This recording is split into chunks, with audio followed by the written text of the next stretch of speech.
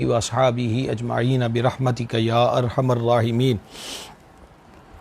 حضور اقدس شفیع محشر صلی اللہ تعالی علیہ وآلہ وسلم نے ارشاد فرمایا، حدیث پاک کا مفہوم ہے، تمہارا درود شریف پڑھنا تمہارے دلوں کی پاکیزگی کا سبب ہے۔ ہم سب مل کر اپنے آقا و مولا صلی اللہ تعالی علیہ وآلہ وسلم کے دربار گوہربار میں ہدیہ اصلاۃ والسلام پیش کریں۔ الصلاۃ والسلام علیکہ یا سیدی یا رسول اللہ وعلی آلکہ و صحابکہ یا سیدی یا حبیب اللہ۔ گرامی قدر حضرات، اللہ تبارک و تعالی نے ہمیں اپنی عبادت کے لیے پیدا فرمایا۔ اللہ رب العزت نے عقل اور شعور سے ہمیں نوازا ہوا ہے، اور اس نے اپنے نبیوں رسولوں کو کائنات کی ہدایت کے لیے حق اور باطل میں امتیاز، جھوٹ اور سچ میں فرق، گناہ اور نیکی کے درمیان جو فرق ہے وہ اپنے پیارے نبیوں رسولوں علیہ الصلوۃ والسلام کے ذریعے واضح کر دیا۔ الحمدللہ ہم مسلمان ہیں۔ آقا و مولا علیہ الصلوۃ والتسلیم کی ذات بابرکات کے ذریعے سے ہم پر ہر چیز کو واضح کر دیا گیا۔ نیکی کیا ہے، گناہ کیا ہے، نیکیوں کا اجر و ثواب کیا ہے اور گناہوں کے نقصانات کیا ہیں۔ نیک اعمال جس طرح آخرت کے سدھرنے کا سبب ہوتے ہیں، قبر کی بہتری کا سبب ہوتے ہیں، اسی طریقہ کے ساتھ نیکیاں جو ہیں وہ دنیا کے اندر خیر کا، برکت کا، رزق کی وسعت کا، نزول رحمت کا سبب اور ذریعہ یعنی اسی طرح جو گناہ ہیں، اللہ کریم کی جو نافرمانیاں ہیں، وہ جس طرح قبر اور حشر کے اندر رسوائی اور ذلت اور عذاب کا سبب بنتی ہیں، اسی طریقہ کے ساتھ گناہوں کی جو آپ کہہ لیجئے نحوست ہے اور گناہوں کے جو اثرات، منفی اثرات ہیں، وہ صرف یہی نہیں کہ بندے کی قبر اور حشر پہ مرتب ہوتے ہیں، بلکہ گناہوں کے اثرات بندے کی زندگی کے تمام شعبوں پر مرتب ہوتے ہیں۔ دل اور دماغ کی بے سکونی اور اضطراب، چہرے کی رونق کا زائل ہو جانا، معیشت کا کمزور ہو جانا، کھیت کھلیانوں میں نقصان واقع ہو جانا، قتل و غارت گری کا بازار گرم ہو جانا، الی ھذا القیاس۔ پھر آگے گناہوں کی دو کیٹاگریاں ہیں، ایک صغیرہ اور ایک کبیرہ۔ اولیاء کرام رحمہم اللہ علیہم فرماتے ہیں کہ صغیرہ کو یعنی چھوٹا گناہ، اس کو بھی چھوٹا نہ جانو کہ مالک کی نافرمانی بہرحال مالک جل شانہ کی نافرمانی ہے، اور ایک عبد کو، ایک بندے کو یہ لائق نہیں ہے کہ وہ اس کا کھا کر پی کر پہن کر اور اس کی زمین، اس کی دھرتی پر بس کر اس کی نافرمانی کرے، بلکہ حق یہ ہے کہ وہ اپنے مالک کی فرما برداری کے اندر اپنی تمام تر قوت کو صرف کرے۔ جہاں تک تعلق ہے صغیرہ گناہ کا، تو صغیرہ گناہ جو ہوتے ہیں وہ نماز کے ساتھ، روزے کے ساتھ، حج کے ساتھ، جمعہ کے ساتھ، دیگر نیک اعمال جو ہیں ان کے برکت سے صغیرہ گناہ معاف ہو جاتے ہیں۔ ہم نے پہلے بھی چند نشستوں میں یہ بات آپ کے گوش گزار کی کہ جہاں حدیث مبارکہ میں ذکر ہوتا ہے کہ فلاں کام کیا جائے تو اس سے 10 گناہ معاف ہو جاتے ہیں، یا اتنے گناہ معاف ہو جاتے ہیں، یا سارے گناہ معاف ہو جاتے ہیں، تو ان سے مراد ہمیشہ صغیرہ گناہ ہوتے ہیں۔ ہاں، بعض نیک اعمال ایسے بھی ہیں کہ جہاں خود حدیث مبارکہ میں ذکر ہوا کہ یہ نیک کام کیا جائے تو اس سے کبیرہ گناہ معاف ہو جاتے ہیں، جیسا کہ میت کے جنازے کو کندھا دینا، کہ اس پہ قدم قدم پر گناہ کبیرہ کی معافی کا اعلان فرمایا گیا۔ اور جہاں تک تعلق کبیرہ گناہ کا ہے تو اس کے لیے پہلی بنیادی چیز جو ہے وہ توبہ شرط ہے، کہ بندہ اللہ تبارک و تعالی کی بارگاہ کے اندر سچے دل کے ساتھ توبہ کرے۔ اور پھر اس توبہ کے ساتھ ایک اور چیز ہے، اور وہ بھی بہت ضروری ہے، کہ اگر بندے کے ذمے لوگوں کے حقوق ہوں تو پھر صرف اس کے توبہ کر لینے سے ہی وہ حقوق معاف نہ ہوں گے، بلکہ حق والوں سے حق معاف کروانا پڑے گا۔ مثلا اس کے ذمے کسی کا مال واجب الادا ہے تو صرف توبہ کر لینے سے وہ حق معاف نہیں ہوگا۔ ایک صورت یہ کہ وہ اس کو حق واپس لوٹا دے، اور دوسری صورت یہ کہ حق والے سے معافی حاصل کر لے۔ یہ دو ذریعے ہیں توبہ کے اور معافی پا لینے کے۔ اللہ تبارک و تعالی نے قرآن حکیم کے اندر کئی مقامات پر جو کبائر ہیں یعنی بڑے جو گناہ ہیں، کبیرہ گناہ جن کو کہا جاتا ہے، اللہ تبارک و تعالی نے ان کے متعلقہ مختلف ارشادات سے ہمیں نوازا ہے۔ مالک کریم نے سورۃ النساء، یہ 5واں سپارہ ہے اور اس کی 31 نمبر آیت ہے، ارشاد فرمایا، ان تجتنبوا کبائر ما تنہون عنہ نکفر عنکم سیئاتکم وندخلکم مدخلا کریما، اگر بچتے رہو کبیرہ گناہوں سے جن کی تمہیں ممانعت ہے تو تمہارے اور گناہ ہم بخش دیں گے اور تمہیں عزت کی جگہ داخل کریں گے۔ اس آیت مبارکہ میں اللہ تبارک و تعالی نے کبیرہ گناہوں سے بچنے والے مسلمان کو جنت میں داخل فرمانے کا ذمہ لیا ہے۔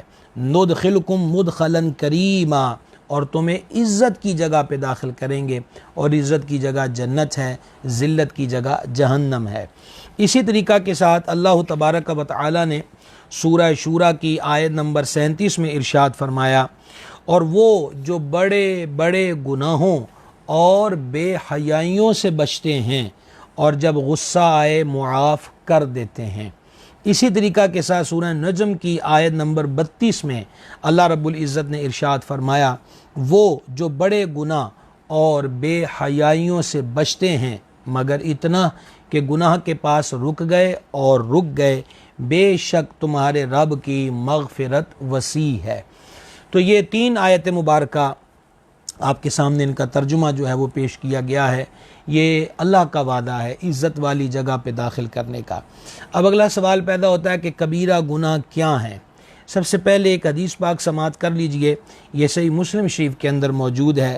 نبی مکرم صلی اللہ تعالی علیہ وآلہ وسلم نے ارشاد فرمایا، 5 نمازیں اور 1 جمعہ دوسرے جمعہ تک درمیان میں ہونے والے گناہوں کا کفارہ ہیں جب تک گناہ کبیرہ کا ارتکاب نہ کیا جائے۔ جیسے مسلم کی حدیث ہے۔ دیکھیں اس حدیث پاک میں بھی مثلا ظہر پڑھی ہے تو فجر تا ظہر کے بیچ جو گناہ ہوئے یہ ظہر کی نماز اس کا کفارہ ہو جائے گی۔ عصر کی نماز پڑھی ہے تو ظہر تا عصر جو گناہ ہوئے اللہ تبارک و تعالی معاف فرما دے گا۔ مغرب پڑھی تو عصر تا مغرب کے گناہ، عشاء پڑھی تو مغرب تا عشاء کے گناہ، فجر پڑھی تو شب بھر کے گناہ، اور ساتھ اس میں فرمایا جب تک کبیرہ گناہ کا ارتکاب نہ کیا جائے۔ اب کبیرہ گناہ کون سے ہیں اور ان کی تعداد کیا ہے؟ امام ذہبی علیہ رحمت کی یہ کتاب ہے جس کا اردو ترجمہ اس وقت میرے سامنے کتاب الکبائر۔ تو امام ذہبی علیہ رحمت یہاں پر بیان کرتے ہیں کہ ہم پر کبیرہ گناہوں سے متعلق معلومات حاصل کرنا لازم ہے کہ کبیرہ گناہ کون کون سے ہیں تاکہ بحیثیت مسلمان ان کبائر سے بچا جا سکے۔ کبیرہ گناہوں کی تعداد کے بارے میں علماء کرام کے اقوال مختلف ہیں۔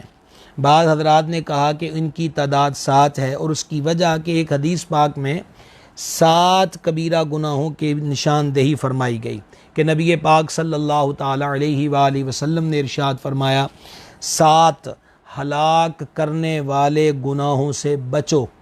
اور پھر حضور جان نور صلی اللہ تعالی علیہ وآلہ وسلم نے ان 7 گناہوں کی جو فہرست ہے اس کو بیان فرمایا۔ پہلا شرک کرنا، دوسرا جادو کرنا، تیسرا ناحق کسی جان کو قتل کرنا، چوتھا یتیم کا مال ظلماً کھانا، اور 5واں سود کھانا، چھٹا جنگ کے دوران یعنی جب کفار کے ساتھ جہاد ہو رہا ہو ایسے موقع پر جنگ کے دوران میدان سے بھاگ جانا، اور 7واں جس کو فرمایا ہلاک کرنے والا گناہ ہے وہ فرمایا پاک دامن عورت کو زنا کی تہمت لگانا۔ یہ جو حدیث شریف پڑھی گئی ہے یہ بخاری اور مسلم کے اندر موجود ہے۔ حضرت سیدنا عبداللہ ابن عباس رضی اللہ تعالی عنہما سے یہ بات منقول ہے کہ 7 کے مقابلے میں یہ گناہ 70 کے زیادہ قریب ہیں۔ تو لہٰذا گناہ کبیرہ جو ہیں ان کی آپ یہ کہہ لیجئے کہ اس کو عدد کے اندر محصور کر کے بیان کیا جائے ایسا نہیں، کیونکہ احادیث مبارکہ کے اندر ان کی مذمت جو ہے اور پھر گناہوں کا جو نقصان ہے اور جو گناہ کرنے کی وجہ سے عذاب کا بندہ مستحق ہوگا اس کی تفصیلات بیان کی گئی، اور ان کی تعداد 7 سے کہیں زیادہ ہے۔ اچھا، اب امام ذہبی علیہ رحمت بیان کرتے ہیں کہ راجح اور مدلل قول یہ ہے کہ جو شخص گناہوں میں سے کسی ایسے گناہ کا ارتکاب کرے جس کا بدلہ دنیا میں حد ہے. اب حد لگنا کیا ہے؟ مثلا قتل کے بدلے میں قتل، اور زنا یا چوری کو کرے تو جیسے چور کے ہاتھ کاٹ دیے جائیں، اور زنا کرنے والوں پر حد ہے، کوڑے مارنے کی بھی ہے اور ان کو سنسار کرنے کی بھی ہے. تو اور یا ایسا گناہ کہ جس کے متعلق آخرت میں عذاب یا غضب الہی کی وعید ہو، یا اس گناہ کے مرتکب یعنی اس گناہ کرنے والے پر ہمارے آقا و مولا علیہ الصلاۃ والسلام کی زبان پاک سے لعنت کی گئی ہو، تو وہ کبیرہ گناہ ہے. یہ انہوں نے کبیرہ گناہ کی بڑی مختصر سی اور بڑی جامع جو ہے وہ آپ کہہ لیجئے کہ تفصیل کو بیان فرمایا ہے. اچھا، پھر امام صاحب الرحمن نے ایک اور حدیث پاک نقل کی، یہ صحیح مسلم کتاب الایمان کے اندر موجود ہے، اور حضور سید العالمین صلی اللہ تعالی علیہ وآلہ وسلم نے حضرات صحابہ کرام علیہم رضوان کی موجودگی میں فرمایا، کیا میں تمہیں سب سے بڑے گناہوں کے بارے میں خبر نہ دوں؟ یہ بات حضور اقدس علیہ الصلاۃ والتسلیم نے 3 مرتبہ ارشاد فرمائی. حضرات صحابہ کرام علیہم رضوان عرض گزار ہوئے، کیوں نہیں یا رسول اللہ علیہ الصلاۃ والسلام، ارشاد فرمائیے. تو حضور علیہ الصلاۃ والتسلیم نے ارشاد فرمایا، اللہ تبارک و تعالی کے ساتھ شریک ٹھہرانا اور والدین کی نافرمانی کرنا. اس کے بعد جب یہ آقا علیہ السلام نے ارشاد فرمایا تو حضور کریم علیہ الصلاۃ والتسلیم ٹیک لگائے ہوئے رونق افروز تھے. تو جان عالم صلی اللہ تعالی علیہ وسلم ٹیک ہٹا کر حضور نشست فرما ہوئے اور ارشاد فرمایا، سنو، جھوٹی بات کہنا بھی بڑا گناہ ہے. جھوٹی بات کہنا بھی بڑا گناہ ہے. جھوٹی درجہ بدرجہ قرآن اور حدیث کی روشنی میں ان کا تذکرہ کیا. آج کی نشست میں ہم انشاءاللہ آپ ہی کی کتاب سے چند کبیرہ گناہوں کی نشاندہی جو قرآن و حدیث نے کی اور پھر اس پر جو وعید ہے وہ آپ کے سامنے بیان کریں گے. آپ نے دوسرے نمبر پر جس کبیرہ گناہ کا تذکرہ کیا وہ قتل ناحق ہے، اور پہلی آیت مبارکہ آپ نے کوٹ کی، یہ سورۃ النساء کی آیت نمبر 93 ہے. رب العزت ارشاد فرماتا ہے، وَمَن يَقْتُلْ مَن، کہ جو کوئی مسلمان کو جان بوجھ کر قتل کرے، فَجَزَاؤُهُ جَهَنَّمُ خَالِدًا فِيهَا، تو اس کا بدلہ جہنم ہے کہ مدتوں اس میں رہے.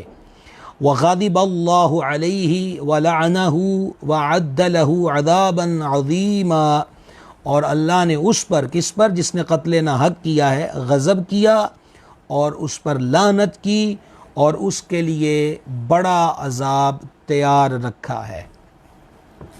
پھر اللہ تبارک و تعالیٰ نے سورہ فرقان اس کی آیت نمبر 68 سے لے کے 70 تک میں ارشاد فرمایا، ترجمہ سیدی اعلیٰ حضرت علیہ رحمت کے قلم سے، اور وہ جو اللہ کے ساتھ کسی دوسرے معبود کو نہیں پوجتے اور اس جان کو جس کی اللہ نے حرمت رکھی ناحق نہیں مارتے اور بدکاری نہیں کرتے، اور جو یہ کام کرے وہ سزا پائے گا، بڑھایا جائے گا اس پر عذاب قیامت کے دن، اور ہمیشہ اس میں ذلت سے رہے گا مگر جو توبہ کرے اور ایمان لائے.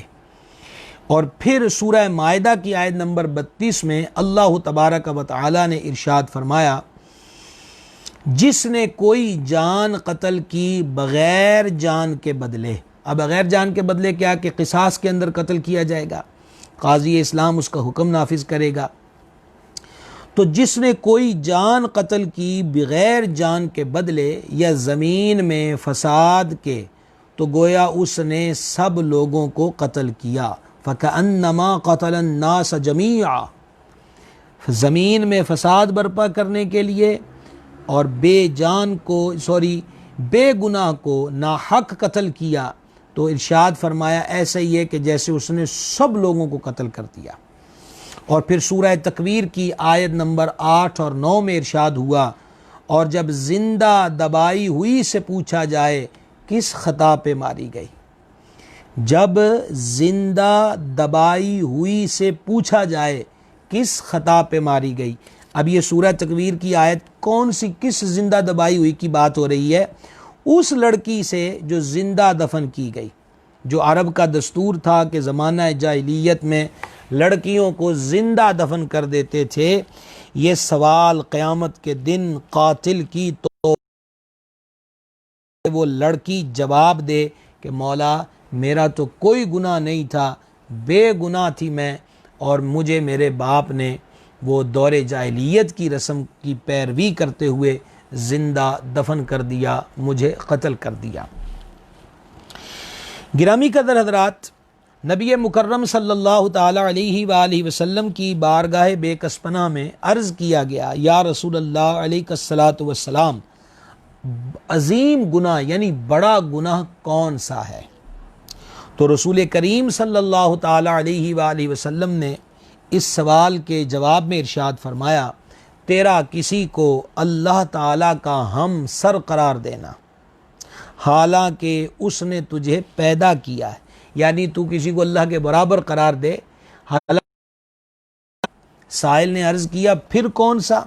فرمایا تیرا اپنی اولاد کو اس خوف سے مار ڈالنا کہ وہ تیرے ساتھ کھائے گی، یعنی ذریعہ معاش کی کمزوری کا یہ عذر بیان کرنا، یا یہ کہ مطلب یہ بیٹیاں پیدا ہو گئی ہیں تو یہ میں جس طرح کے دور جاہلیت کا تصور تھا، اور ہم نے اس کی تفصیل بیٹیوں سے پیار کرو کے عنوان سے 2 نشستیں رکھی تھیں، بڑی تفصیل کے ساتھ اس عنوان پر بات کی تھی کہ دور جاہلیت میں وہ بچیوں سے بیٹیوں سے اس لیے گھبراتے تھے کہ ان کو مفت میں پالنا پڑتا ہے، یہ کسی کام کی نہیں ہوتی، نہ یہ بار کام کاج میں معاون ہو سکیں، نہ دشمن سے لڑائی کے وقت کندھے سے کندھا ملا کر ہتھیار سنبھال کر ہماری ہیلپ کر سکیں، الٹا یہ جائیداد میں شریک ہوں گی، پھر ان کو بیاہ دینا ہے، اگر طلاق مل گئی یا شوہر مر گیا تو پھر واپس گھر کے اندر آ جائیں گی۔ تو حضور علیہ السلام نے شرک کے بعد اس خوف کے ساتھ کہ وہ بیٹی ساتھ کھائے گی، اس خوف کے ساتھ اس کو قتل کر دینا، اس کو بڑا گناہ بیان کیا۔ اور پھر عرض کیا گیا یا رسول اللہ علیہ الصلوۃ والسلام، اب یہ تیسرے نمبر پہ پوچھا جا رہا حضور پھر اس کے بعد کون سا بڑا گناہ ہے؟ تو فرمایا تیرا اپنے پڑوسی کی بیوی کے ساتھ زنا کرنا۔ پڑوسی تو عزتوں کا رکھوالا ہوتا ہے، اور پڑوسیوں کے حقوق پر بھی ہم تفصیلی گفتگو کر چکے ہیں۔ تو پڑوسی کا حق یہ نہیں ہے کہ وہ تانکا جھانکی کرے، اس کا حق یہ نہیں ہے کہ وہ عزتوں کا لٹیرا بن جائے، بلکہ پڑوسی کا حق تو عزت کی حفاظت کرنا ہے۔ اور جب ہم پڑوسی کی بات کرتے ہیں تو 10 گھر دائیں، 10 گھر بائیں، 10 گھر آگے، 10 گھر پیچھے تذکرہ ہوا کہ یہ حق پڑوس کے اندر اتنے گھرانے جو وہ آیا کرتے ہیں۔ بہرحال زنا تو کسی سے بھی ہو وہ زنا ہی ہے، اور برا ہی ہے، اور مذموم ہی ہے، اور کبیرہ گناہ ہی ہے۔ اللہ اکبر کبیرہ۔ ایک اور حدیث مبارک سماعت کیجئے، یہ جو ابھی میں نے آپ کو حدیث سنائی یہ صحیح مسلم کتاب الایمان سے تھی، اور اب جو حدیث سنا رہا ہوں یہ صحیح بخاری کتاب الایمان کی ہے، اس کو امام ذہبی نے کتاب الکبائر کے اندر نقل کیا۔ فرمایا نبی پاک علیہ الصلاۃ والتسلیم نے، جب 2 مسلمان اپنی تلواروں کے ساتھ باہم ٹکراتے ہیں تو قاتل اور مقتول دونوں جہنمی ہیں۔ ذرا پھر غور سے سنیے، جب 2 مسلمان اپنی تلواروں کے ساتھ باہم ٹکراتے ہیں تو قاتل اور مقتول دونوں جہنمی ہیں۔ عرض کی گئی یا رسول اللہ علیہ الصلوۃ والسلام، ایک تو قاتل ہے لیکن مقتول کا کیا قصور ہے؟ تو ارشاد فرمایا وہ بھی اپنے مقابل کو قتل کرنے پر حریص ہوتا ہے، یعنی دونوں ہی۔ اب تلوار کی بجائے اب آپ پسٹل پہ آ جائیے، بندوق پہ آ جائیے، رائفل پہ آ جائیے، چھوٹی چھوٹی لڑائی ہوئی ہے، نکالو جی بندوقیں، آج ختم کر کے رہیں گے، آج یہ کر کے رہیں گے۔ تو یہ وہ اللہ کی راہ میں تو جہاد نہیں ہو رہا، ادھر پسٹل نکالنے والا مسلمان، ادھر بھی پسٹل نکالنے والا مسلمان۔ لڑائی کس چیز کی ہے؟ بچے نے مطلب بچوں کی لڑائی ہوگی تو بڑے بیچ میں انوالو ہو گئے، اور چھوٹے چھوٹے مسائل ہوتے ہیں، بس غصہ غالب آتا ہے اور عقل رخصت ہو جاتی ہے، اور پھر جناب غصہ یوں ہی ٹھنڈا ہوتا ہے کہ کسی کا خون بہا دیا جائے، اور پھر اس کے بعد کفِ حسد ملتے رہتے ہیں، اور پھر بچنے کی کوئی صورت نظر نہیں آتی، گھروں کے گھر اجڑتے اور ویران ہوتے ہوئے دیکھے جاتے۔ اللہ تعالی ہم سب کو اپنی پناہ کے اندر رکھے۔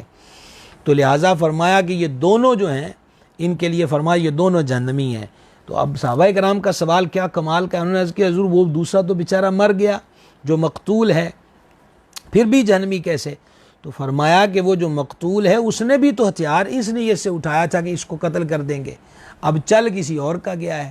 تو لہٰذا مسلمان کے لیے حالانکہ اجازت تو نہیں تھی شرعی طور پر کہ چھوٹے چھوٹے افسانوں پر اٹھ کر تو ایک دوسرے کی جان لے لی جائے، تو فرما دونوں جہنمی ہیں۔ اور ایک اور حدیث پاک سنیے، یہ بھی بخاری شریف میں ہے، ارشاد فرمایا نبی کریم علیہ الصلوۃ والتسلیم نے، آدمی اپنے دین میں کشادگی و وسعت میں رہتا ہے جب تک کہ وہ خون حرام سے آلودہ نہ ہو۔ ایک اور حدیث پاک سماعت فرما لیجئے، یہ حدیث مبارک جو آپ کے گوش گزار کر رہا ہوں یہ بخاری شریف کتاب العلم کے اندر ہے۔ فرمایا میرے بعد کافر مت ہو جانا کہ ایک دوسرے کی گردنیں مارنے لگو، یعنی ایک دوسرے کا مرڈر کرنے لگو۔ اس حدیث پاک کی مختلف تعویلیں کی گئی ہیں، ازہر قول کے مطابق معنی یہ ہے کہ یہ فعل یعنی ایک دوسرے کو قتل کرنا کفار کے افعال کی طرح ہے۔ مسلمان سے یہ بات نہ متوقع ہے، نہ مسلمان کی شان کے لائق ہے کہ وہ ایک دوسرے کی گردنیں اڑاتے پھریں، ایک دوسرے کا قتل کرتے پھریں اور یہ لڑائی جھگڑوں کے اندر مطلب یہ حالت اختیار کریں۔ ایک اور حدیث پاک سنیے، یہ سنن نسائی کے اندر موجود ہے۔ نبی کریم صلی اللہ تعالی علیہ وآلہ وسلم نے ارشاد فرمایا، ایک مومن کا قتل کیا جانا اللہ تبارک و تعالی کے نزدیک دنیا کے تباہ ہو جانے سے زیادہ بڑا ہے۔ ایک مومن کا قتل کیا جانا اللہ تبارک و تعالی کے نزدیک دنیا کے تباہ ہو جانے سے زیادہ بڑا ہے۔ چھٹی حدیث پاک سماعت فرمائیے، اور یہ حدیث مبارک صحیح بخاری کی ہے۔ فرمایا آدمی اپنے دین میں کشادگی و وسعت میں رہتا ہے جب تک حرام خون کو نہ پہنچے، یعنی جب تک کسی کو ناحق قتل نہ کرے وہ دین کے اندر بڑی کشادگی اور وسعت کے اندر رہتا ہے۔ ساتویں حدیث پاک سماعت فرمائیے، یہ حدیث مبارک جو آپ کے گوش گزار کر رہا ہوں یہ بڑی قابل توجہ ہے۔ حضور جان نور صلی اللہ تعالی علیہ وآلہ وسلم نے ارشاد فرمایا، لوگوں کے درمیان سب سے پہلے خون کے بارے میں فیصلہ کیا جائے گا۔ حکیم الامت مفتی احمد یارخان نعیمی علیہ رحمت اس حدیث پاک کے تحت بیان کرتے ہیں، یعنی قیامت کے دن معاملات میں سب سے پہلے خون ناحق کا فیصلہ ہوگا، بعد میں دوسرے فیصلے، اور عبادات میں سب سے پہلے نماز کا حساب ہوگا، بعد میں دوسرے حساب ہوں گے۔ تو لہٰذا جب عبادت کی بات آئے تو پہلا سوال نماز کا ہوگا، اور جب معاملات کی بات آئے گی تو پھر پہلا سوال، پہلا فیصلہ، پہلے جو کیس سماعت کیے جائیں گے وہ قتل ناحق کے ہوں گے۔ آٹھویں حدیث مبارک سماعت کیجئے، یہ بخاری شریف کی حدیث پاک ہے۔ حضور نبی کریم صلی اللہ تعالی علیہ وآلہ وسلم نے ارشاد فرمایا، بے شک اللہ تبارک و تعالی نے مجھے منع فرما دیا، اللہ تعالیٰ نے مجھے منع فرما دیا اس کی توبہ قبول کرنے سے جس نے کسی مسلمان کو قتل کیا ہو۔ سرکار علیہ السلام نے یہ بات 3 مرتبہ ارشاد فرمائی، اللہ اکبر کبیرہ، یعنی جس نے ظلماً کسی مسلمان کو قتل کیا ہو تو میں نے اللہ تبارک و تعالیٰ سے اس کی توبہ قبول کر لینے کا 3 مرتبہ سوال کیا، تو فرمایا کہ اللہ تبارک و تعالیٰ نے مجھے اس سے منع فرما دیا۔ تو یہ کلام جو ہے بطور زجر و توبیخ ہے، یا اس سے مراد وہ شخص ہے جو مسلمان کے قتل ناحق کو حلال جانتا ہے۔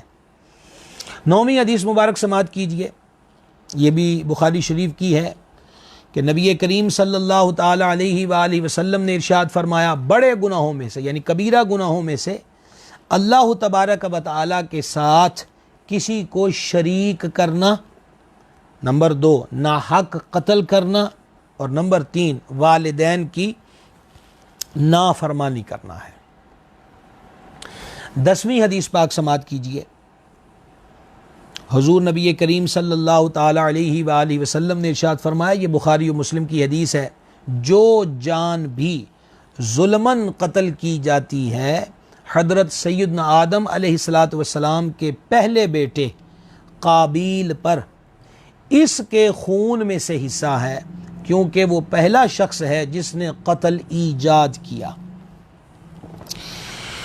اللہ اکبر کبیرہ۔ سب سے دنیا کا پہلا مرڈر، دنیا کا پہلا قتل جو ہے قابیل نے کیا، اور مقتول دنیا کے جو پہلے ہیں وہ حابیل ہیں جن کا قتل کیا گیا، اور یہ قتل بھی حسد کی وجہ سے ہوا، حسد کی وجہ سے ہوا۔ شریعت کا شادی کے متعلقہ حضرت آدم علیہ السلام کے دور میں جو فیصلہ تھا، تو وہ عورت کی پسندیدگی اور ناپسندیدگی پر تکرار چھڑی، اور پھر قربانی کی بات آئی کہ بھئی تم قربانی رکھو، جس کی قبول ہو جائے گی اس کے حق میں فیصلہ ہوگا، تو حابیل کے حق میں فیصلہ آیا۔ تو قابیل بجائے اس کے کہ اللہ تعالیٰ کے فیصلے کو تسلیم کرتا، اس نے اپنے بھائی کو قتل کر دیا۔ تو دنیا میں قتل کی رسم کی ابتدا جو ہے وہ قابیل نے کی، اس لیے نبی پاک علیہ الصلوۃ والسلام نے ارشاد فرمایا کہ جس کو بھی ظلماً قتل کیا جائے گا، کیونکہ حضرت حابیل کا کوئی قصور نہیں تھا، کوئی گناہ نہیں تھا، کوئی جرم نہیں تھا کہ جس کی سزا قتل ہو اور ان کا مرڈر کر دیا جائے، یہ ظلماً قتل کیا گیا۔ تو فرمایا دنیا میں جو بھی ظلماً قتل کیا جائے گا، اس قتل کا حصہ، مطلب اس کا جو گناہ ہے، وہ ایک حصہ قابیل کے کھاتے میں ضرور لکھا جائے گا، کیونکہ اس نے بری رسم کو ایجاد کیا۔ ایک اور حدیث پاک میں یہ مضمون موجود ہے کہ جس نے اچھا طریقہ، اچھا انداز، اچھا عمل ہمارے دین کے اندر نکالا، تو اس کو وہ اچھا عمل جاری کرنے کا ثواب بھی ملے گا۔ نمبر 2، جتنے اس اچھے طریقے پر عمل کریں گے ان سب کو اپنے اپنے حصے کا ثواب بھی ملے گا، اور سب کا مجموعی ثواب اس نیک طریقہ جاری کرنے والے کو بھی عطا کیا جائے گا۔ اور جس نے برا طریقہ رائج کیا، تو برا طریقہ رائج کرنا، ایجاد کرنا، اس کا گناہ رائج کرنے والے کے کھاتے میں آئے گا۔ جتنے لوگ اس گناہ کو اختیار کریں گے، سب کو اپنا اپنا گناہ بھی ملے گا، اور مجموعی گناہ کا کھاتا جو ہے وہ اس کے کھاتے میں بھی وہ معاملات آ جائیں گے۔ اس لیے معمولات پہ غور کیا جائے، بالخصوص ہمارے معاشرے کے اندر جو نشست و برخاست ہے، میل ملاقاتیں ہیں، دوستیاں اور یاریاں ہیں۔ اب لوڈو سے شروع ہوتے ہیں، تاش پر پہنچے، تاش سے شروع قدم آگے بڑھا، جوئے پر آ گئے۔ اب جواریوں کو جوئے کی لت پڑ گئی، عادت پڑ گئی، تو اب کیا کریں جناب؟ وہ جیتنے کے شوق کے اندر بہت کچھ ہار جاتے ہیں، پھر یہ جوا چوری کی طرف لے جاتا ہے، گھر سے چیزیں اٹھائیں، یہ کر دیا، وہ کر دیا۔ پھر ایسی ہی محفلوں سے اور ایسی ہی نشستگاہوں سے نشے کی لت پڑتی ہے، اور پھر نشہ جو ہے وہ آپ دیکھتے ہیں ایک بندے کی زندگی گھائل ہو جاتی ہے، وہ کسی قابل نہیں رہتا، معاشرے کے اندر اس کی کوئی ریپوٹیشن نہیں ہوتی۔ یہی بات امیر المومنین، امام المتصدقین، خلیفہ اول بلا فصل، افضل الخلق بعد الرسل، سرکار سیدنا ابو بکر صدیق العتیق رضی اللہ تعالی عنہ نے فرمائی تھی، جب ان سے یہ پوچھا گیا کہ شراب تو عام تھی دور جاہلیت میں مگر آپ نے نوش نہ کی، کہ حرمت اس کی بعد میں نازل ہوئی، اس کا حرام ہونا بعد میں قرار دیا گیا، تو آپ نے فرمایا شراب پینے سے نہ تو عقل سلامت رہتی ہے اور نہ بندے کی عزت محفوظ رہتی ہے۔ حضور صدیق پاک کا جواب جان عالم علیہ السلام کی بارگاہ میں پیش کیا گیا، تو حضور اقدس علیہ الصلاۃ والتسلیم نے فرمایا ابو بکر نے سچ کہا ہے، وہ صدیق ہے۔ تو نشئی بندے کی کیا زندگی ہوتی ہے؟ لیکن خوبرو قد و قامت والے نوجوان جو آج گلیوں بازاروں چوکوں چراہوں کے اندر روڑیوں کے ڈھیروں پر انجیکشن لگاتے ہوئے پھرتے ہیں نظر آتے ہیں، پوڑیاں پیتے ہوئے نظر آتے ہیں، وغیرہ وغیرہ، تو ان کی جوانیوں پہ غور کیا جائے۔ یہ پہلے تو ایسے نہ تھے، کہاں سے ہوئے؟ یہی لوگوں کی بری جو سنگتیں تھیں، اور بلکہ یہ تو بعض لوگوں کا کام دھندا ہے کہ وہ نوجوانوں کو، بڑے گھرانے کے نوجوانوں کو دیکھ کر نشے کی لت جو ہے اس میں مبتلا کرتے ہیں، اور پھر خود ان سے کمائی کرتے ہیں، اب وہ امیر زادے ہوئے جناب، گھر سے اٹھا کے پیسے لیتے آئے اور ان کا کام دھندہ چل گیا۔ یوں زندگیوں کو برباد کیا جاتا ہے، یوں لوگوں کی زندگیوں کے ساتھ کھیلا جاتا ہے۔ تو عرض یہ ہے کہ جوئے کی یار دوستوں کو عادت ڈالنا، نشے کی عادت ڈالنا، لڑکیوں کو چھیڑ چھاڑنے کی عادت ڈالنا، پھر اس سے آگے قدم کو بڑھانا، اور یا اس معاملے کے اندر معاون بن جانا، یا اس معاملے کے اندر ایک دوسرے کو مشاورتی عمل کے اندر شریک ہو جانا، تو یہ وہ برائیاں ہیں جو بندہ اس کو پروان چڑھا رہا ہے، پرموٹ کر رہا ہے، اس کی اشاعت کر رہا ہے۔ تو جتنے اس کو اس لت میں پڑیں گے وہ گناہ کریں گے، ان کو اپنا گناہ کا حصہ بھی ملے گا اور اس بندے کے کھاتے کے اندر بھی آئے گا۔ تو کتنی بے وقوفی کی بات ہے کہ اپنے گناہ تو پہلے نہیں سنبھل رہے تھے اور پھر اتنے لوگوں کے گناہ سمیٹ کر اپنی جھولی کے اندر ڈال رہا ہے، اور وہ بھی قیامت کے دن بھگتنا پڑے گا جب کوئی ایک نیکی دینے کو بھی تیار نہیں ہوگا۔ اللہ نیک اعمال کو عام کرنے کی توفیق دے۔ تو یار دوستوں کی نشست میں بیٹھے ہوئے ان کو درود شریف کا عادی بنائیے، کلمہ شریف پڑھنے کا عادی بنائیے۔ بات چیت چل رہی ہے، چائے وائے چل رہی ہے، فاسٹ فوڈ کی دکان پہ بیٹھے ہوئے حی علی الصلاۃ کی صدا ہے، تو کوئی ایک سجن تو ایسا ہو کہ جو یاری یوں نبھائے کہ چلو مولا کے دربار میں چلیں اور مل کے نماز کو ادا کرتے ہیں۔ کھیل کے گراؤنڈ میں کھیلیے جائیے، لیکن نماز کا وقت ہو تو کوئی تو ایسا ہو کہ جو بولے بس بھائی ختم، اب چلیں گے مسجد، چلیں گے نماز پڑھیں گے۔ اب کوئی نہ مانے، بولا ہم تمہارے ساتھ نہیں بیٹھتے۔ تو یعنی یہ اصل تعلق ہے کہ بندے کی دنیا اور آخرت کی بہتری کا سبب بنا جائے، نہ کہ اس کی دنیا اور آخرت کی بربادی کا سبب بنا جائے۔ اللہ تبارک و تعالی فکر و شعور عطا فرمائے، عمل کی توفیق نصیب فرمائے۔ اللہ غنی حمید۔ 11ویں حدیث پاک سماعت کیجئے۔ یہ حدیث مبارک صحیح بخاری کے اندر موجود ہے۔ حضور نبی کریم صلی اللہ تعالی علیہ وآلہ وسلم نے ارشاد فرمایا، جو کسی عہد و پیمان والے کو قتل کر دے۔ اب یہ عہد و پیمان والے سے کیا مراد ہے؟ حکیم الامت مفتی احمد یار خان نعیمی علیہ رحمت فرماتے ہیں، عہد و پیمان والے کافر سے مراد یا ذمی کفار ہیں، مسلمانوں کی رعایا اور مستأمن جو کچھ مدت کے لیے امان لے کر مسلم ملک میں آئیں، اور معاہدہ جن سے ہماری صلح ہو گئی ہو، یا ان میں سے کسی کو بلا وجہ قتل کرنا درست نہیں۔ تو یہاں پر اس کی طرف حدیث پاک میں اشارہ کیا گیا، جو کسی عہد و پیمان والے کو قتل کر دے وہ جنت کی خوشبو بھی نہ سونگھ سکے گا، حالانکہ جنت کی خوشبو 40 سال کی راہ سے محسوس کی جائے گی۔ یعنی 40 سال بندہ چلتا رہے تو جتنا فاصلہ طے ہوا اتنی دور ابھی جنت ہوگی تو جنت کی خوشبو آئے گی۔ عہد و پیمان والے کو فرمایا جس نے کا داخلہ دور ہے اس کی خوشبو بھی نہیں سونگھ پائے گا۔ 12ویں حدیث مبارک سماعت کیجئے، یہ ترمذی شریف کی ہے۔ حضور جان نور صلی اللہ تعالی علیہ وآلہ وسلم نے ارشاد فرمایا، سنو، جس دو پیمان والے کو قتل کیا، جس کے لیے اللہ تبارک و تعالی اور اس کے رسول صلی اللہ تعالی علیہ وآلہ وسلم کا ذمہ تھا، تو اس نے اللہ تعالی کے ذمہ کو حقیر اس کی یعنی جنت کی خوشبو 40 سال کی مسافت سے محسوس کی جائے گی۔ گرامی قدر حضرات، تقریباً 12 حدیثیں ابھی تک قتل ناحق کی مذمت کے اندر آپ کے گوش گزار کی گئیں، 2 قرآنی آیات۔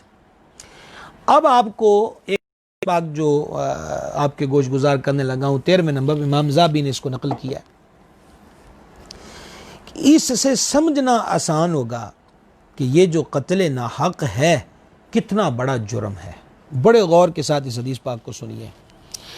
جان عالم صلی اللہ تعالی علیہ وآلہ وسلم نے ارشاد فرمایا، جس شخص نے آدھے کلمے کے ذریعے بھی کسی مسلمان کے قتل پر مدد کی، جس نے آدھے کلمے، مطلب آدھے کلمے سے کیا مراد ہے؟ قتل کر دو اس کو، مار دو اس کو۔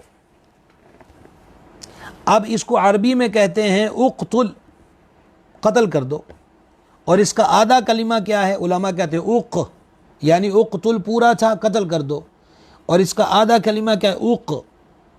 تو کہا اتنا بھی کہہ دیا، یعنی اقتل کی جگہ اق بھی کہہ دیا قاتل نے، قاتل نے اس مسلمان کو قتل کر دیا، تو مرتے وقت یا قبر میں یا قیامت میں اس کی پیشانی پر لکھا ہوگا کہ یہ شخص اللہ کی رحمت سے مایوس ہے، اور اس طرح تمام قیامت میں وہ بدنام ہوگا۔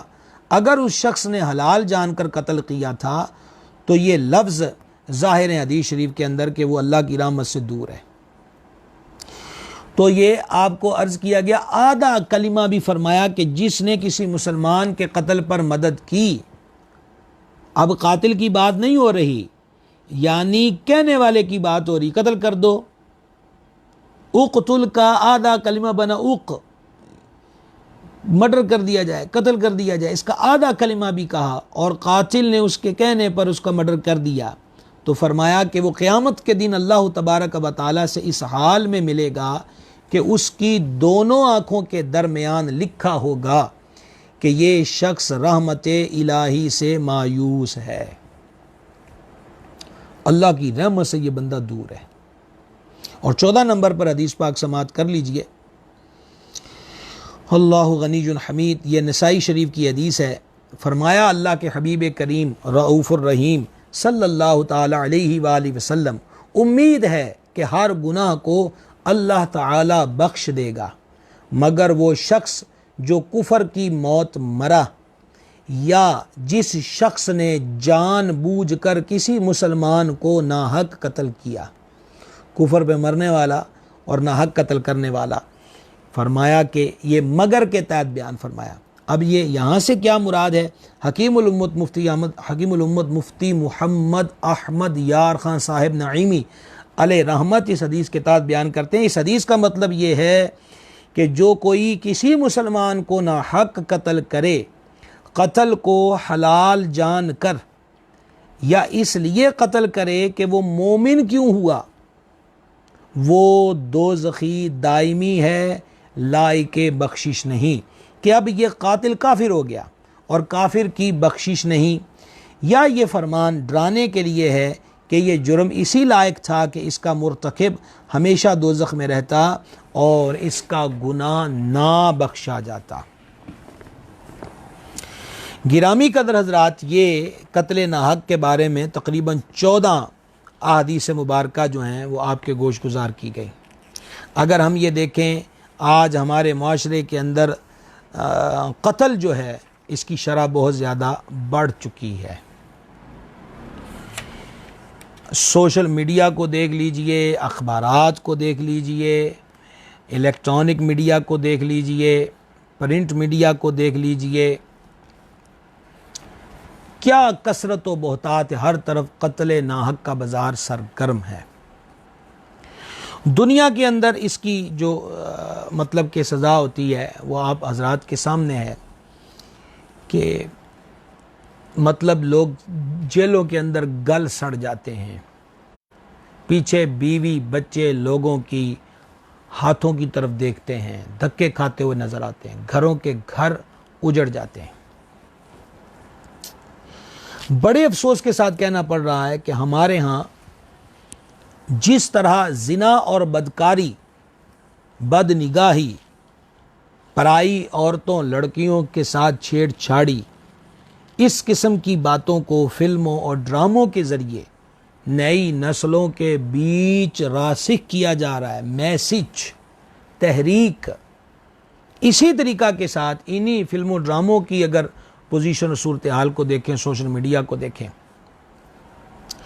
تو اسلحے کا دل دادا بنایا جا رہا ہے۔ اب کارٹون اٹھا لیں، گیمز کو اٹھا لیں، تو جناب کیا ہو رہا ہے؟ ابھی ایک گیم کے بارے میں ہمارے ادھر پنجاب کے اندر سنا تھا پابندی لگ گئی، اب سنا ہے کہ پھر اس کو اوپن کر دیا گیا۔ تو اب اس کے بارے میں خبریں یہ تھیں کہ 2-3 بندوں نے اپنے آپ کو اڑا لیا، ختم کر لیا۔ تو اب کیا ہے، ہر وقت موبائل سے لگے رہنا، اس کی آنکھیں اس پر چپکا کے رکھنا اور پھر ذہنی تناؤ کا شکار ہو جانا، یہ بھی اثرات بنتے بندے پر ذہنی تناؤ کے اندر مبتلا ہو گیا، نفسیاتی مریض بندہ بن جاتا ہے اور پھر اپنی جان سے کھیلتا ہے اور پھر جان سے جاتا ہے۔ تو اس میں یہ ہے کہ جو تعلیم، ایک تعلیم ہوتی علی بات آسا کر کے پڑھانا، اب وہ تعلیم کہاں رہ گئی؟ اب تو ہر چیز ویڈیو کی صورت میں ہے، جو بندوں کو دکھائی جا رہی ہے، جو بندوں کو سنائی جا رہی ہے، سنائی جا رہی ہے۔ تو جہاں ایک یہ بندہ جس نے ناحق قتل کیا ہے، یہ جیل میں گلتا سڑتا ہے، وکلاء کو فیسیں بھرتا ہے، پیچھے گھر اس کا برباد ہو جاتا ہے، یہ اکیلا سہارا ہوتا ہے، کمانے والا ہوتا ہے، بوڑھے ماں باپ ہیں، یعنی پوری فیملی جو ہے وہ معاذ اللہ تعالی مخمصے میں پڑ گئی۔ جہاں اس کا گھر برباد ہوا ہے، وہاں جس کا مرڈر ہوا ہے، ایسی صورتحال اس کے ساتھ بھی ہوتی ہے۔ وہ اکیلا ماں باپ کا، بوڑھے ماں باپ کا سہارا تھا، اپنے 2 بچے ہیں، 3 بچے ہیں، ان کا اکیلا کفیل تھا، وہ بھی جان سے گیا، اس کے ساتھ کئی جانیں وابستہ تھی، وہ بھی ان مسائل کے اندر مبتلا ہو گئے۔ تو فرق آپ دیکھیے اور دین اسلام کا حسن دیکھیے۔ جہاد کا قتال اور چیز ہے، وہاں پر اجر ہے، ثواب ہے، وہ سارے فضائل قرآن و حدیث میں بیان ہو گئے، لیکن یہاں پر ہمارا دین جب معاملات کی بات کرتا ہے تو پھر آپ نے حدیث شروع کے اندر سن لی کہ جب ایک مسلمان دوسرے مسلمان پہ تلوار اٹھاتا ہے تو ہمارا دونوں جہنمی ہیں، اس لیے کہ دونوں ایک دوسرے کو ناحق قتل کرنے پر آمادہ ہوئے ہیں، اس وجہ سے۔ اور پھر آپ نے نسائی شریف کے حوالے سے سنا کہ پوری دنیا کا برباد ہو جانے سے بھی بڑا گناہ اللہ کے نزدیک کسی کا قتل ناحق کر دینا۔ تو بہت زیادہ ارباب اقتدار سے لے کر شوبز کی دنیا والوں کو بھی ان معاملات پہ توجہ کرنی، معاشرے پہ رحم کرنا چاہیے کہ ہمارے معاشرے کے اندر ایک بے روزگاری میں حد سے زیادہ اضافہ ہے، غربت ناشتی ہوئی نظر آتی ہے۔ اچھا، یہ اسکولوں کالج میں پڑھتے ہیں، بڑی بڑی ڈگریاں لے کے بیچارے پھر رہے ہیں، لیکن جاب آگے سے مل نہیں رہی۔ اچھا، اب کیا ٹائم پاس کرنا، تو ٹائم پاس کرنے کے لیے کیا دیکھنا ہے جی؟ یہ موبائل کی اسکرین ہے، فلم دیکھنی ہے، ڈرامہ دیکھنا ہے۔ فلم اور ڈرامہ کیا کر رہے ہیں؟ یا تو زنا بدکاری کی تعلیم ہو رہی ہے، اور یا یہی ہو رہا ہے جناب کہ بندے کو بدماش بنا دیا جائے، لفنگا بنا دیا جائے، اور اس کو یہ کہا جائے کہ ایسے بھی زندگی گزرتی ہے، اور لوگ اس کو دیکھ کر فالو کرتے ہیں اور اپنا آپ برباد کر لیتے ہیں۔ تو اس لیے خیر کے امور کی طرف یہ دیکھیں، ایک مدت ہو چلی ہے لاک ڈاؤن کے بعد، تقریباً چند ناغوں کے علاوہ مسلسل آپ کی خدمت میں حاضر ہو رہے ہیں۔ ہمیں اس سے غرض نہیں ہے کہ ہمارے سامعین اور ناظرین کی تعداد کیا ہے، مراد یہ ہے کہ کانٹوں بھری دنیا کے اندر کچھ کانٹے اٹھا کر سائڈ پہ رکھ دیے جائیں اور 1-2 پھول جو ہیں وہ وہاں پر پیدا کرنے کی کوشش کی جائے۔ تو اس لیے یہ جو آج کا، اگرچہ میں اور بھی ملحوظ تھا کہ کچھ اور بھی ذکر کیا جائے، لیکن آج کے لیے اتنا ہی کافی ہے کہ قتل ناحق کے بارے میں جو احادیث اور آیتیں آپ کے سامنے گوش گزار کر دی گئیں، آپ اس سلسلے کو بھی آج شیئر کرنے کی کوشش کریں۔ یہ اور میں گزارش کرنا چاہتا ہوں نوجوان طبقہ جو ہے ان کے پاس کہ یہ جو غسیلی عادتیں ہیں اور اسلحے کا شوقین ہو جانا، یہ آپ کے فائدے کی بات نہیں ہے۔ چھوٹی چھوٹی باتوں پر اب تو جیسے پتنگ بازی پہ پابندیاں لگی، بسنت کا تہوار ہے تو اس میں بھی اسلحہ ایڈ ہو گیا، شادی بیاہ کا موقع ہے، خوشی کا موقع ہے تو اب وہ کیا کہتے ہیں اس کو، مہندی کی رسم جو ہے اس کے اندر اسلحہ ایڈ ہو گیا، بارات ہے تو اس کے اندر ہوائی فائرنگ اسلحہ ایڈ ہو گیا۔ اچھا، پھر سیاسی جلسے جو ہیں، کسی لیڈر کی آمد جو ہے اس کے اوپر اسلحہ، اس کے اندر بھی گھس کھڑا ہوا اسلحہ جو ہے، وہ الیکشن ہو جائیں کسی بھی شعبے کے ہوں تو جیت کا موقع آیا تو وہاں پر اسلحہ آ گیا۔ تو یہ جو بچوں کا کھیل نہیں ہے، یہ کھلونے نہیں ہیں، یہ زندگی لیتے ہیں۔ اور صرف یہ مت سمجھیے کہ اس کا گھوڑا دبا کر کسی کی زندگی لے لی گئی، بلکہ یہ بات بھی ذہن نشین رکھیے، اس کی زندگی جائے گی اور اپنی زندگی برباد ہو جائے گی۔ اور آخرت کا جو گناہ ہے، یہ چھوٹی سی بات ہے کہ میدان حشر میں قاتل کی پہچان یہ ہو کہ اس کی پیشانی پر لکھا ہو کہ یہ اللہ کی رحمت سے دور ہے۔ تو وہ شاعر نے کہا تھا کہ اب تو گھبرا کے یہ کہتے ہیں کہ مر جائیں گے، مر کے بھی چین نہ پایا تو کدھر جائیں گے۔ یہاں تو یہ کہ انا یوں رہے گی، وہ آستینے چڑھا لو، دیکھتے ہیں کہ کون جناب آتا ہے اور یہ ہوتا ہے، لیکن اس کے بعد ہاتھ ملتے رہ جاتے ہیں اور پھر کفے حسرت ملنے کا کوئی فائدہ نہیں ہوتا۔ اللہ نے جان کو بڑا قیمتی بنایا ہے۔ جہاں ہم نے وہ آیت کریمہ پڑھی کہ ایک قتل ناحق پوری انسانیت کا قتل ہے، تو ہم قتل کی طرف نہیں بلکہ زندگیاں بچانے کی طرف آئیں۔ اور دوسری طرف یہی قرآن بیان فرماتا ہے قرآن پاک میں کہ ایک بندے کی زندگی کو بچانا گویا پوری انسانیت جو ہے اس کی زندگی کو بچانا ہے۔ زندگیوں کے رکھوالے بنا جائے، زندگیوں کو بچانے والا بنا جائے، زندگیوں کے تحفظ کی علامت اور گارنٹی بنا جائے، نہ کہ زندگیوں کو برباد کرنے والا بنا جائے۔ اور یہ جس طرح میں نے پہلے اشارہ کیا کہ جو لوگوں کو نشے کی عادت میں مبتلا کرتے ہیں یا لوگ ان کو بدکاری و زنا کی طرف مشیر ان کے بنتے ہیں، یہ بھی وہ لوگ ہیں جو دوسروں کی زندگیوں کو برباد کرتے ہیں۔ ایسے ان ساری چیزوں کا رزلٹ بھی سوائے ذلت اور رسوائی کے کچھ نہیں ہوتا۔ معاشرے میں کوئی حیثیت بندے کی نہیں رہتی، کوئی وقت نہیں رہتی، اور ہاں وہ اپنے زور پر یہ کہے کہ ہم یوں ہوتے ہیں اور وہ ہوتے ہیں، یہ 4 دن کی چاندنی ہے، پھر ڈھلک جاتی ہے اور اس کے بعد سوائے اندھیرے کے کچھ اور نظر نہیں آتا۔ تو اللہ تبارک و تعالی ہم سب کے حالوں پہ کرم فرمائے، اور اللہ کریم ظلم سے بچائے، قتل ناحق سے بچائے، اور اللہ کریم تمام دنیا کے اندر بالخصوص ہمارے مسلم معاشرے کے اندر امن کی جو دولت ہے اللہ جل شانہ اس سے سب کو مالا مال فرمائے۔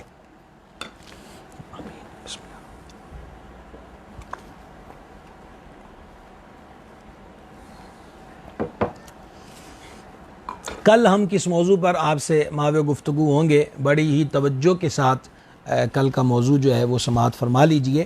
ہمارے آقا و مولا حضور سید العالمین خاتم النبیین صلی اللہ تعالی علیہ وآلہ وسلم کی 4 عالی مرتبت عزت مآب، عفت مآب، عالی مرتبت حقیقی 4 شہزادیاں ہیں، اور حضور سرکار امامین کریمین سیدین سعدین سبتین نیرین قمرین منورین رضی اللہ تعالی عنہما کی نسبت جلیلہ سے بھی، اور امیر المومنین امام الواصلین سرکار مولا مشکل کشا علی المرتضیٰ کرم اللہ تعالی وجہ الکریم کے تعارف و نسبت کے اعتبار سے بھی، حضور مخدومہ کریمہ سیدہ طیبہ طاہرہ حضرت بطول زہرا اللہ تعالی علی ابیہا و علیہ وبارک وسلم کا جو ذکر خیر ہے اور ان کے فضائل و مناقب ہیں، وہ للہ الحمد کے مسلم معاشرے کے اندر عام ہیں، اور یوں کہہ لیجئے کہ لوگوں کو مسلم معاشرے کے بچے کو حفظ ہیں۔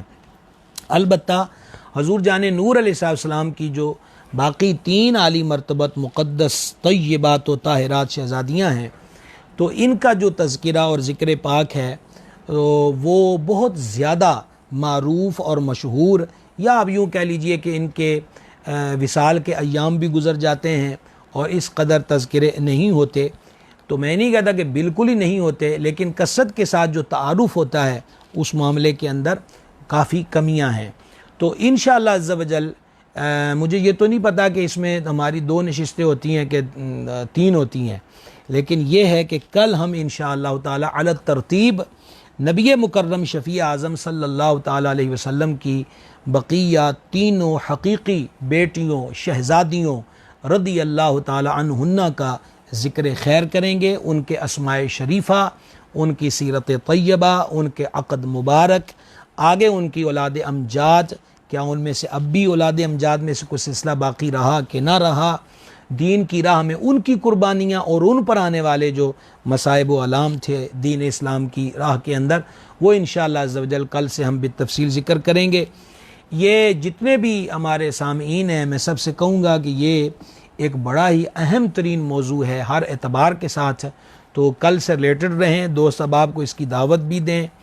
اور سننے میں آ رہا ہے کہ آج رات سے لاک ڈاؤن پھر شروع ہو رہا ہے گورنمنٹ کی طرف سے، تو مطلب چھٹیاں ہی چھٹیاں پھر آ رہی ہیں کاروباری حضرات کے لیے بھی، تو اتنی چھٹیاں یوں ہی گزر جائیں تو ان چھٹیوں میں اگر کچھ سیکھ لیا جائے تو فارغ بھی تو وقت جانا ہی ہے، خیر میں گزر جائے تو بڑا بہتر ہے۔ تو کل ہم انشاءاللہ سرکار علیہ السلام کی مقدس عالی مرتبت پاک شہزادیوں کا ذکر خیر کریں گے انشاءاللہ تعالی۔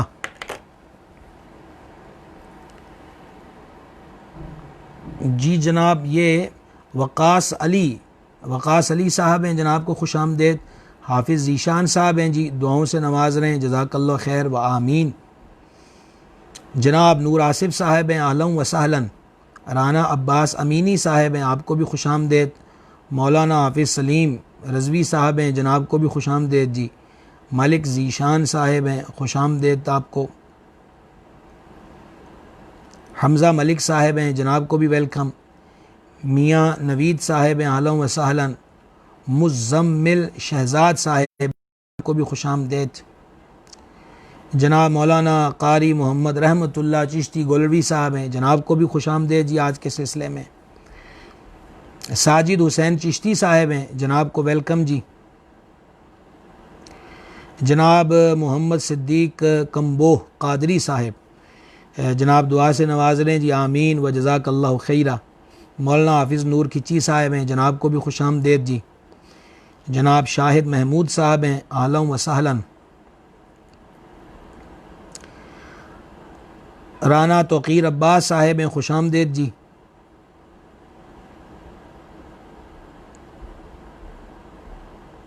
شہر الرحمان خان، آن خان صاحب کو بھی خوش آمدید جی۔ زبیر جٹ صاحب ہیں، ویلکم جناب۔ محبوب عالم صاحب، جناب یہاں پر یہ غمناک خبر دے رہے ہیں کہ آستانہ عالیہ شیخو شریف کے بڑا ہی عظیم نام ایک صوفی بزرگ، ایک ممتاز صوفی بزرگ، گیلانی سلسلہ سادات کا ایک ماہتاب تھے اور بڑے کمال عالم دین بھی، بہت ساری کتابوں کے رائٹر بھی اور درد سے بھرپور شاعر بھی، جناب سید افضال حسین گیلانی صاحب رحمۃ اللہ تعالی علیہ، ان کا وصال ہوا۔ مالک کریم ان کے درجات کو بلند فرمائے، اور میں جملہ مریدین اور وابستگان سے اس معاملے میں تعزیت بھی کرتا ہوں جی، اللہ تعالیٰ حضرت شاہ بلند فرمائے۔ جناب مولانا قاری اسماعیل سیالوی صاحب ہیں، جناب کو خوش آمدید جی۔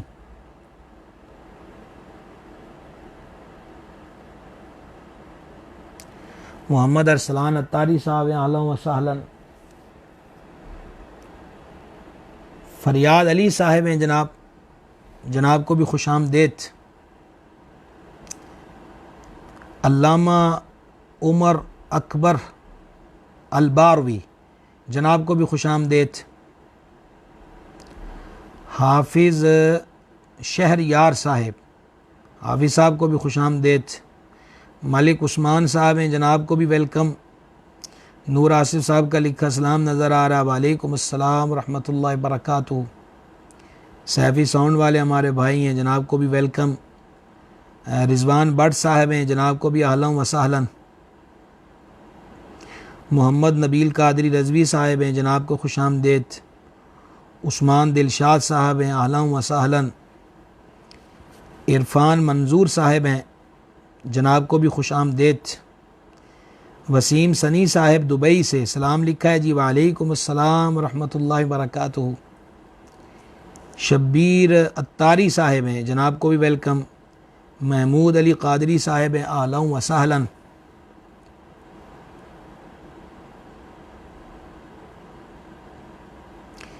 وسیم ثانی صاحب جی، عمر رضا صاحب ہیں جناب، جناب کو بھی خوش آمدید۔ جناب محمد شعیب نواز بغدادی صاحب، دعا سے نواز رہے ہیں، مالک کریم فرمائے۔ محمود قادری صاحب کا سلام ہے جی، وعلیکم السلام ورحمۃ اللہ وبرکاتہ۔ شہزاد ارشد صاحب ہیں، جناب کو بھی خوش آمدید۔ محمد الیاس معصومی صاحب، جناب نے سلام لکھا ہے جی، وعلیکم السلام ورحمۃ اللہ وبرکاتہ۔ حافظ عظیم صاحب ہیں، اہلا و سہلا۔ فہد رضا صاحب ہیں، جناب کو خوش آمدید۔ اکرام خان صاحب ہیں، خوش آمدید جی۔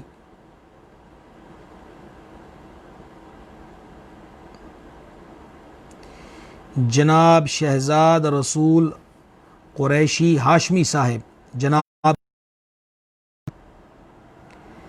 پیارے راجہ، جناب کو بھی ویلکم۔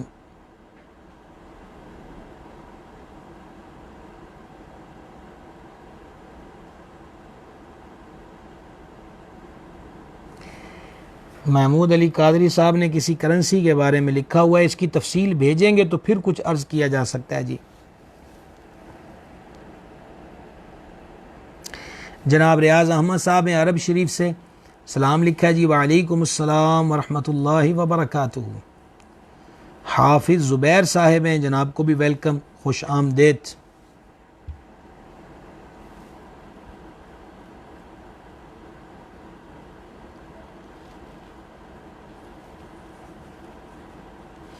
محمد یامین صاحب ساہیوال سے، جناب کو بھی خوش آمدید۔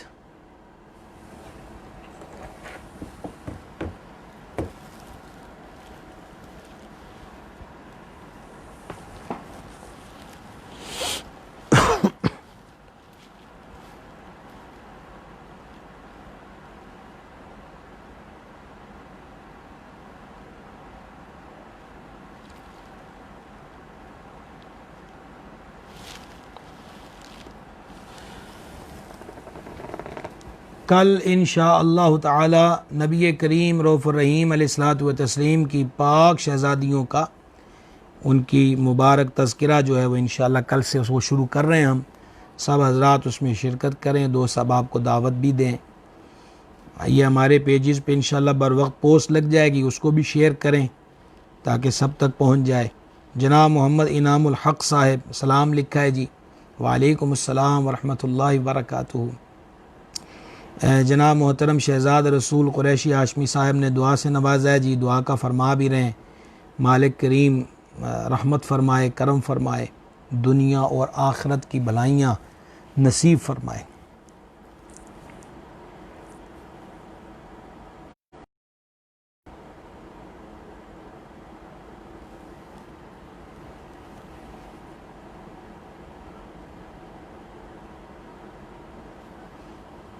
درود شریف کا معمول بناتے رہنا چاہیے ہمیں۔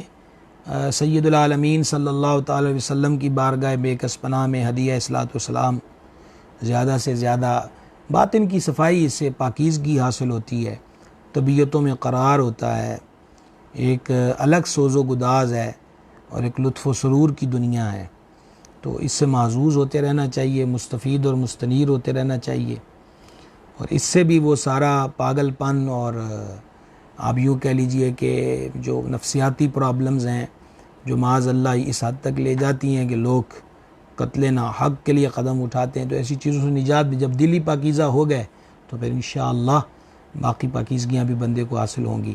اللہ تعالی ہم سب کے حالوں پہ کرم کرے۔ آپ سب حضرات کی محبتوں کا ازحد شکریہ۔ اللہ تعالی سب کو سلامتیوں سے نوازے اور ہم سب پہ اپنا کرم اور فضل فرمائے۔ جزاکم اللہ خیر واحسن الجزاء والسلام مع الاکرام۔ صلی اللہ تعالی علی النبی الامی وآلہ صلی اللہ تعالی علیہ وسلم، صلاۃ و سلام علیک یا رسول اللہ۔ الہی ہماری حاضری قبول فرما، گناہوں کو معاف فرما، خطاؤں سے درگزر فرما، نیک کاموں کی توفیق دے، برے کاموں سے محفوظ رکھ، ہمارے مشائخ کرام کے درجات بلند فرما، ہمارے ماں باپ پہ رحمت کرم اور فضل، مردوں تمام مسلمان عورتوں کی بخشش فرما، بیماروں کو شفا دے دے، بے قراروں کو قرار دے دے، بے روزگاروں کو روزگار دے دے، بے اولادوں کو نیک اولاد دے دے، مقروضوں کو قرضوں سے نجات دے دے، ہمارے دکھوں کو سکھوں میں بدل دے، مشکلوں کو آسانیوں میں بدل دے، بگڑے بخت سوار دے، ظاہر و باطن کو نیک اور ایک کر دے۔ مولا ہم عافیت کے سوالی ہیں، محبوب سبحانی غوث سمدانی کا صدقہ ہمیں عافیت عطا فرما۔ اللہم انا نسألک العفو والعافیہ فی الدین والدنیا والآخرہ، وصلی اللہ تعالی علی حبیبہ سیدنا و نبینا و مولانا محمد وعلی آلہ وصحبہ اجمعین۔